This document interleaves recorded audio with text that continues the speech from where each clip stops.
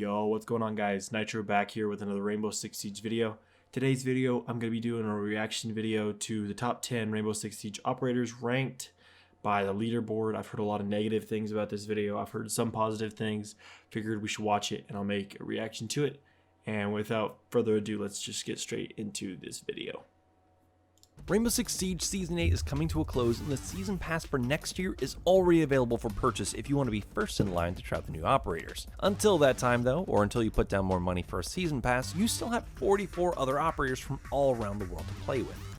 You know, first thing I've noticed is he's playing on console.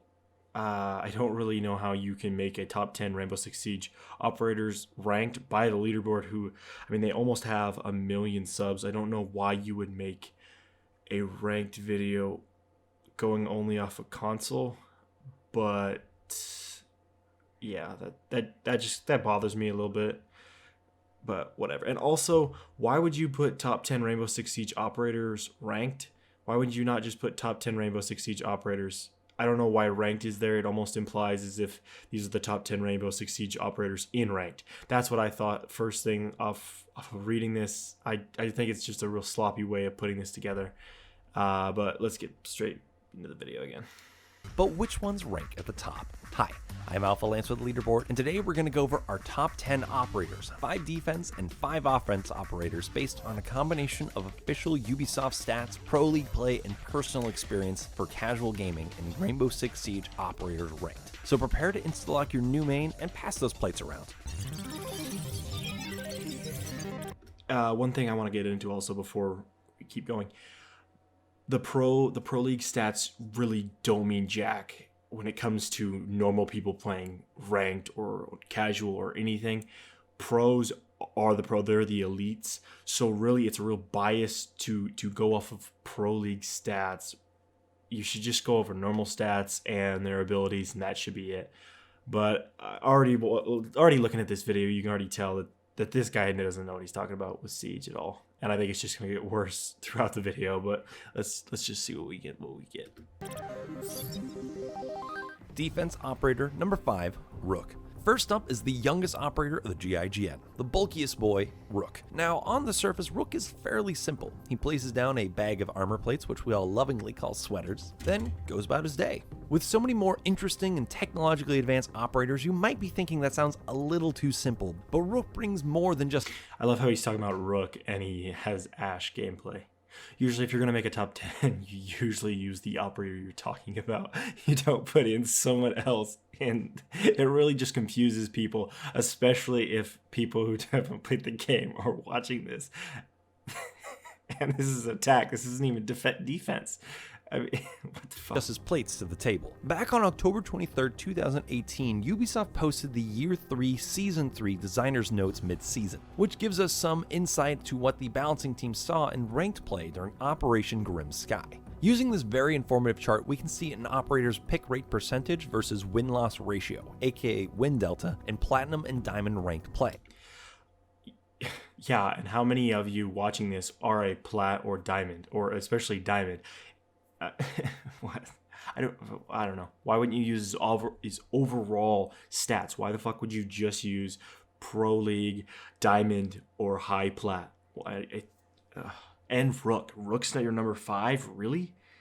Why the fuck would Rook? Yeah, whatever. Anyway, we're gonna keep going. And who's at the top of the win delta chart, you might ask? Well, it's none other than good old sweater boy, Rook. Unfortunately, you'll also see him on the underpick side as well. Again, why the fuck are you using attack operators in a fucking operator where it's supposed to be about Rook? Why the fuck are you using an operator that's Dokkaebi, which is completely different and has nothing to do with fucking Rook? What the fuck, leaderboard? As well. See, Rook's ability has a great few advantages that most other gadgets don't. Armor plates are both passive and mobile gadgets, unlike other active abilities like smoke grenades or finger. Again, you're using Ashe. That was not even smoke. Here, back it up. Other gadgets don't. Armor plates are both passive and mobile gadgets, unlike other active abilities like smoke. This is not smoke, for one. That's fucking Ashe. This is Ashe's fucking gun. And that is just a smoke screen from a smoke canister. This is not fucking smoke. Smoke's canisters are yellow. They used to be orange, now they're yellow. This is not his smoke grenades or any... This is fucking Ash. What the fuck? Smoke grenades, or Finga's stim packs, Rook's armor plates give a passive damage resistance, an extra bleed out time in the background when you're down but not out. All your allies have to do is put them on, but making sure your team is putting them on is kind of like herding cats. We've all been there. And unlike No, not really. It's really not hard to tell when fucking Rook put his shit down. You literally will have a little armor thing pop up. Anybody who's played Siege more than fucking, I don't know, 10 minutes to fucking, I don't know, even a round, if there's a Rook, you put it down, you know that he put it down. And you always have some fucking 12-year-olds screaming about getting your sweaters because it's like the fucking funniest joke ever that we never can let die. It's just always go get your sweaters. I mean,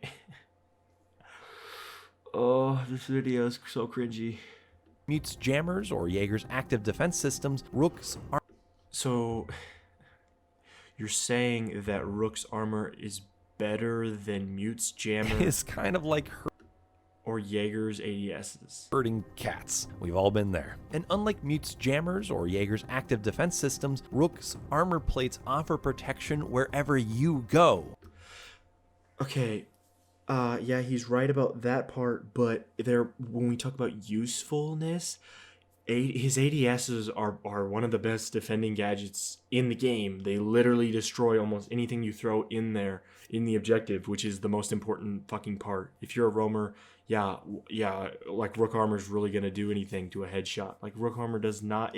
He's acting like Rook Armor really changes this entire game, and a mute jammer. Mute jammers are like one of the best jamming devices. I mean, literally, if they have a Lion, which Lion is the most OP fucking defender, it literally disables it. I mean, what the fuck, dude? Roamers. This guy fucking must have played, I don't know, 5 fucking minutes of Siege and then looked up facts online and then looked at Pro League stats and that's it, and made a video about it. Because this is literally, anyone who's ever played the game longer than that would know that's fucking wrong. And he's not number fucking 5, dude. Top all this off with a good loadout, including an ACOG scope, and you have a good operator for both new players and veterans alike. Everyone should really be giving Rook a second look. Number 4 on defense, MIRA. The smallest 3-armor operator, MIRA is known for her deadly vector submachine gun and one-way black mirrors. These gadgets allow her and her teammates to safely view through a soft wall regardless of whether or not it has been reinforced. This gives her team a intel advantage and the opposing team a chance to say, nope, never mind, not going this way, go back, going around guys, we're going around. Keep your cleverly written dystopian future show Netflix, Mira's black mirrors are the only ones I need. Since Mira's debut almost 2 years ago in... So far, everything he's said about MIRA is pretty much on point, except for the part about scaring attackers off with your Black Mirror. Literally, there's so many counters to MIRA. If they bring a Twitch, if they have a fucking Maverick, you can literally hit it 4 spots, the mirror falls out. I mean, you have a fucking... I mean, there's so many ways to counter a MIRA. I mean, he acts like MIRA is also... like a godsend, but I mean, he's right. MIRA, if played well and in the right spot, is real OP. So far, you know, he was good on MIRA, and I guess I put MIRA as number 4 as well. I mean, Operation Velvet Shell back in February of 2017, players have been finding more and more strategic ways of building MIRA nests. They can give optimal cover, advantageous angles to fire at enemies, or psychological warfare, or all of the above. So if you don't already have a favorite layout, you can definitely research some amazing builds online. In the right layout, you can find a few walls and turn them into a fortress with MIRA. Just watch out for Twitch drones. Number 3 on defense, KAPKAN. What the fuck, dude? What the? KAPKAN's your number 3? You put KAPKAN over Rook? Okay, I wouldn't. Oh my god. You put fucking KAPKAN over everybody. You would put KAPKAN. What the fuck, dude? Are you? Oh my. He's like high on fucking cocaine, dude. What the fuck? KAPKAN is not fucking number 3, dude. Oh my god. Off to Russia, our next top pick is a gadget-oriented Spetsnaz operator that and he's using the sausage and still on fucking console, dude. Oh my god. MIRA will help you make a defense point into a fortress. KAPKAN's entry denial devices used to be insta-kill traps, but were also much more obvious. Even after being reduced in damage, they are still not to be taken lightly. Being able to set these traps at varying heights and a large variety of doors and windows can be both a blessing and a curse. Do you place EDDs in doors that are popular routes, or do you set them up in unexpected door frames? Your traps may be obvious at times, but they can do serious damage. Yeah, dude, because you're a fucking new player who's never played before. Oh my god, dude, to anybody that's ever played the game and they drone you out, because they will drone you completely out, and they know a KAPKAN, they know not to rush any site, they know to check every doorway. I mean, come on, dude. Really? KAPKAN traps aren't obvious? Yeah, they fucking are, dude. There's literally a laser that you can see. Now, it's not as bright as it used to be, but you literally can still see them. And anybody with a goddamn brain who's ever played this game before knows what a KAPKAN trap looks like and when to shoot it out. Like, oh my god, he acts like everybody's a fucking copper 4, dude. They can still be even effective after you died at the beginning of the round. Plus, if one goes off, it is not a subtle thing. The entire defensive team will know where at least one enemy is if their name doesn't show up in the kill feed. According to the Year 3 Season 3 designer's notes, KAPKAN is picked just under 10% of the time in Platinum and Diamond gameplay. Yeah, because he's fucking garbage, dude, and nobody that's actually at a higher level plays him. Because he's fucking garbage. And you put him as your number 3. You wonder why only 10% of Plats and Diamonds pick him. Because he's fucking garbage, dude. Come on. Even so, his win delta is in the positives, higher than almost every other operator in the game at the time. If KAPKAN isn't picked up by the attacker's drones on the prep phase, his traps can be a big surprise to rushers and those not checking their corners. Even if he is ID'd though, the enemy will now need to be careful when indoors. This slows momentum, punishes rushing, and most importantly, wastes precious time for the offense. No, it really doesn't. You literally shoot it out. It literally is like shooting a fucking cam. Dude, shooting a cam does not slow anybody down. Shooting a cam does not take valuable seconds away from a fucking round. It literally is one bullet and it's gone. That's it. And he only has fucking like 4 or 5 of them, so it's not really hard. There's 5 attackers, 1 bullet each. That's really gonna affect that's gonna affect the entire round. Every second earned can make all the difference in Rainbow Six Siege. Number 2 on defense, Echo. Having a presence of 94.5% at the Season 8 finals, Echo was relevant in nearly every match in Brazil. Yeah, because he's fucking OP. I would agree with this one. He's number 2. I'd probably put him as number 1, but yeah, because he's fucking OP. That's why he's been picked like 94%, because he's fucking OP. Admittedly, that's because he was banned 80% of the time, but that's only because these players know the truth. In Siege, knowledge is power. Well, knowledge and taking away an opponent's ability to properly aim their gun. Echo's yokai drones have a multitude of purposes and utilities. Yes, they can be defensive drones used to scout out corners. Yes, and anybody who knows anything about Echo knows how OP he is. So we're going to skip this, because he's pretty OP, and everybody knows that. His gun has a suppressor, which is alright. I wish he could turn it off, but I mean, it's not that big of a deal. And let's go to the number 1 defensive operator. Delta versus pick rate chart we've referenced before, so you're used to, but having a suppressor is a good attachment to be stuck with. Number 1 defense operator, Lesion. In that win delta versus pick rate chart we've referenced before, Lesion is shown to be in a powerful place in high level play with a 50% pick rate and a positive win delta. He's both popular and effective at his job, and it's easy to see why. How many other operators regenerate their gadgets slowly over time? Lesion generates 1 goo mine every 30 seconds and can have a maximum of 8 deployed at a time. While this limits Lesion's ability to act in the prep phase, it forces players to play the long game to maximize this gadget's effectiveness, which, let's be honest, can be an important reminder sometimes of just take it slow and play it out. While his mines do a limited 10 damage initially, it can stack up over time. In the meantime, yes, that's true. And Lesion is very OP and very good as well. Everybody who's ever played the game knows how good Lesion is, and so I mean, he did pretty good with Lesion and Echo. I mean, those are pretty good. But we're gonna skip ahead because anybody who's ever played the game knows how. Oh man, I really wish I would have just fucking watched the whole fucking 50 seconds before I would have saw that. That's great. That's awesome. We're gonna watch this ad and then we're gonna see straight up cancer. Writing's not that easy, but Grammarly can help. This my sentence God. is grammatically correct. This is gonna be great. First of the offense operators, number 5 goes to Glaz.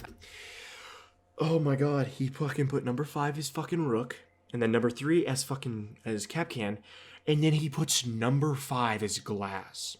Nobody else. You didn't put anybody else's number 5. You put fucking Glass, dude.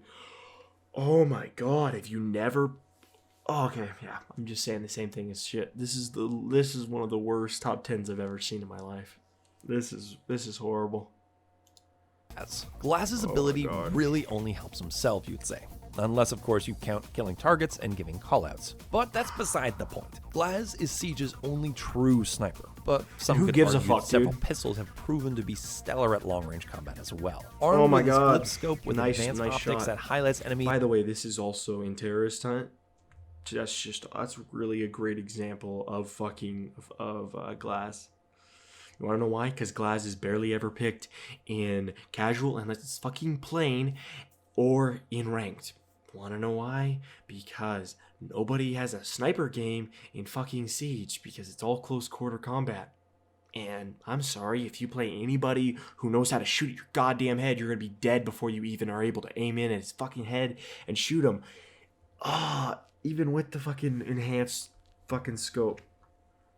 In bright highlighter yellow and allows him to see through smoke, it's pretty apparent why Glaz can be powerful. Glaz is great with long sight lines like hallways, and especially terrifying on the map corner.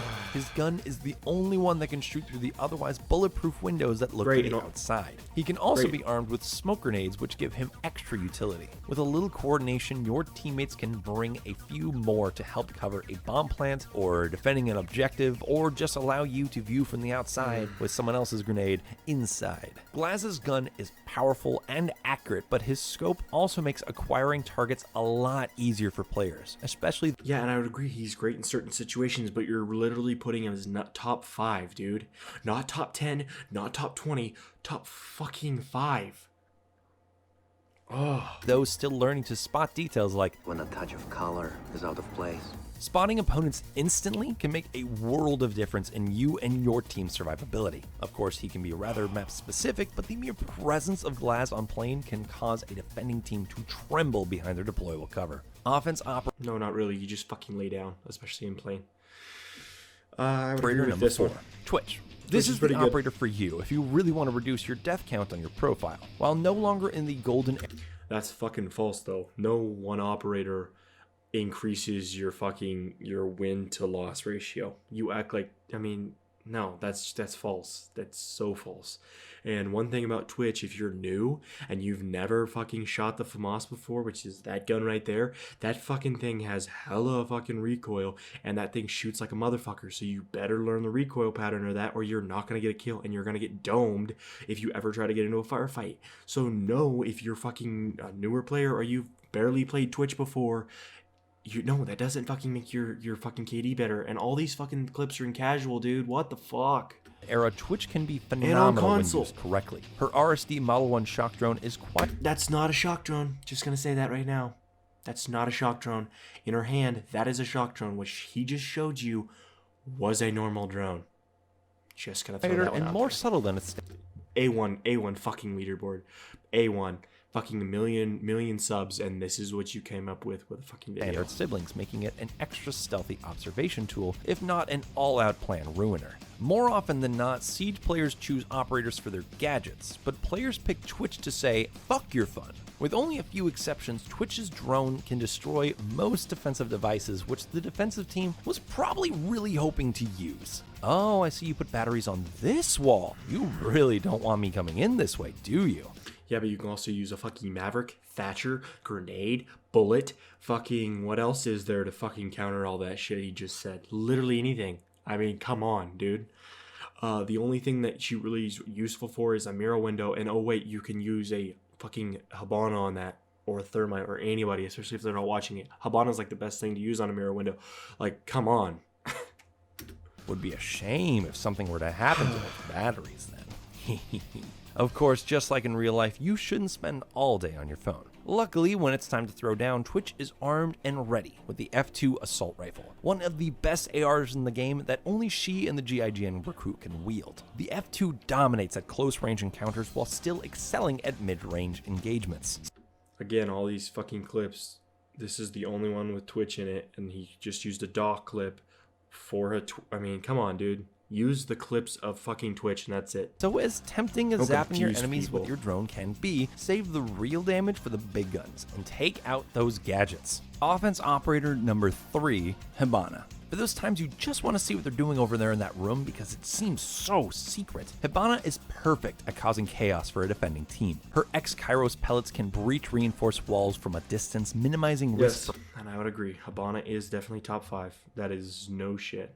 Hibana or Thermite is top 5 all day long. So we're gonna just skip ahead to the next part. There we go. To number 2, because everybody knows how good Hibana is.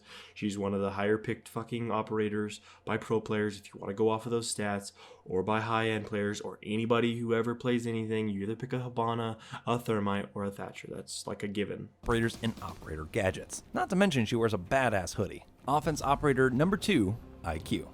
For one, that isn't even her fucking normal default loadout. That headgear is not what just comes with her. Neither is that fucking sweatshirt or the hoodie. That's not her.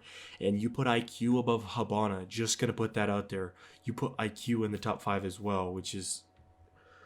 Does anybody even use her gadget anyway? I mean, come on. That's what you have a drone for, if you fucking kept it. Alright, here's a pick that some of you may disagree with. Unlike Thatcher or Twitch, who can destroy gadgets with their own devices, IQ's electronic detector simply locates electronics. While her device is active, IQ is stuck using only her secondary. But the Spectre has garbage, a 'cause few it's a fucking very pistol. strong advantages. And first off is its subtlety. IQ flips open the wrist-mounted device in a quick and nearly silent motion. It audibly and visually highlights traps, bombs, and cameras, but those cues are only visible to us. Great, but she's not number 2, dude. She's not number 2 at all. I mean, come on. Oh, I'm just gonna skip this too because this is bullshit, dude. She's not number 2 at all. She's not a bad operator. I'm not gonna say she's a shitty operator, but she's not number 2, guy. Come on. This is just so... Please don't tell me you put Blitz number 1. High ammo capacity semi-automatic handgun that can still take you out with a single well-placed headshot. Yeah, same with everything else, dude.